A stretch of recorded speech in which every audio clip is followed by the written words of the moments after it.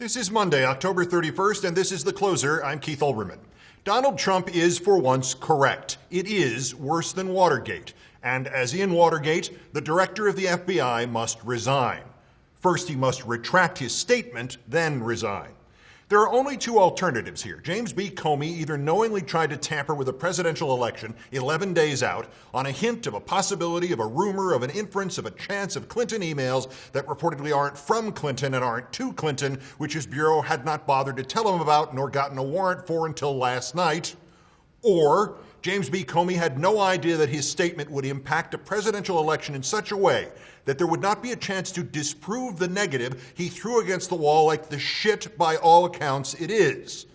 In the former case, Comey, once that rarest of individuals, the nonpartisan legal hero from the Bush administration, is a criminal who has desperately and personally and at the last minute tried to deliver this country and its 240 years of democracy into the hands of a self-obsessed, compulsively lying fascist with no respect nor interest in anyone or anything besides himself and no understanding of the real world and the billions of people he could kill in a fit of pique over something somebody would say about him on TV.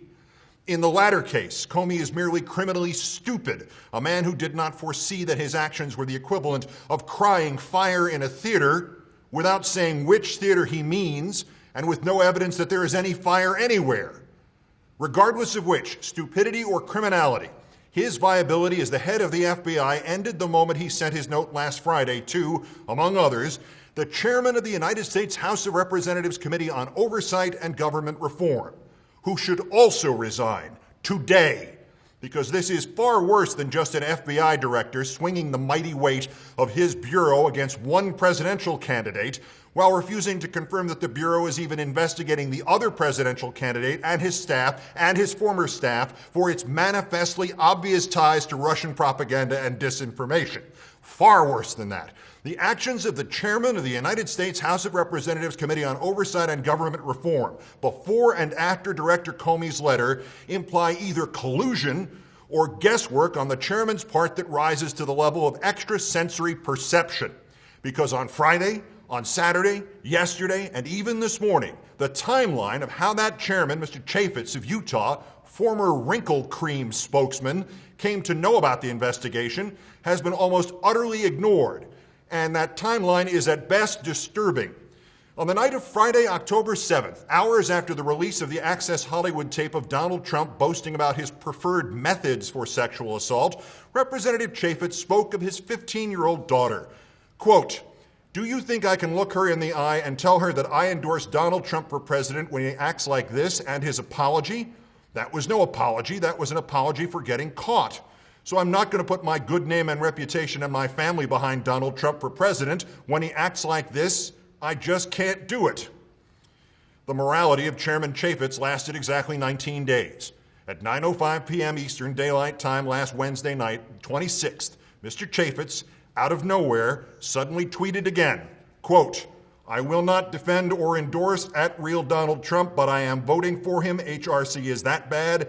HRC is bad for the USA." So much for Mr. Chaffetz's 15-year-old daughter.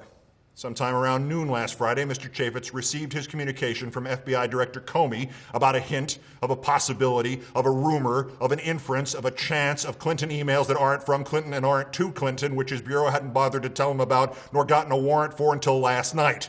Immediately after receiving Comey's ode to vagueness, Mr. Chaffetz put two essential, critical, devastating words into Mr. Comey's mouth. At 12:57 p.m. Eastern Daylight Time last Friday the 28th, 39 hours and 52 minutes after he repudiated his own moral stance and declared his support for this Trump, Chaffetz tweeted, quote, "FBI director just informed me, quote, the FBI has learned of the existence of emails that appear to be pertinent to the investigation, unquote, case reopened." That, of course, is not what Comey said. Mr. Comey did not say he had reopened the case. Of all the pernicious, anti-FBI, anti-American, anti-democracy things James B. Comey did last Friday and before, saying he had reopened the case was not one of them. Jason Chaffetz said that, and that made it easy for people to think that Comey had legally reopened this case. And then Donald Trump said that and lied. And then television, with the exception of my former colleague, the noble Pete Williams of NBC, said that and broadcast that lie. And then newspapers, with almost no exceptions from left or right, said that and printed that lie.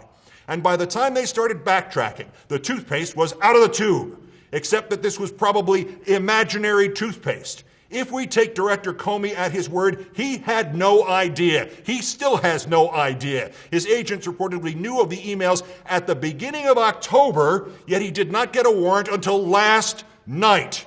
He may not have the slightest idea before the election, and he has nothing with which to undo his malfeasance or misfeasance or betrayal of the democratic process. But ignore not Chaffetz. Why, after nearly 3 weeks of righteous indignation at Trump's barbarism towards women, indeed towards people, why late Wednesday night did he suddenly pivot back to supporting Trump? Why did he reverse 36 hours before Comey's historically slovenly, craven note that left Pandora's box unjustly unlocked so that a sniveling little coward like Chaffetz could peek inside, then deliberately exaggerate what he saw, and then fuel Donald Trump's latest delusional rage?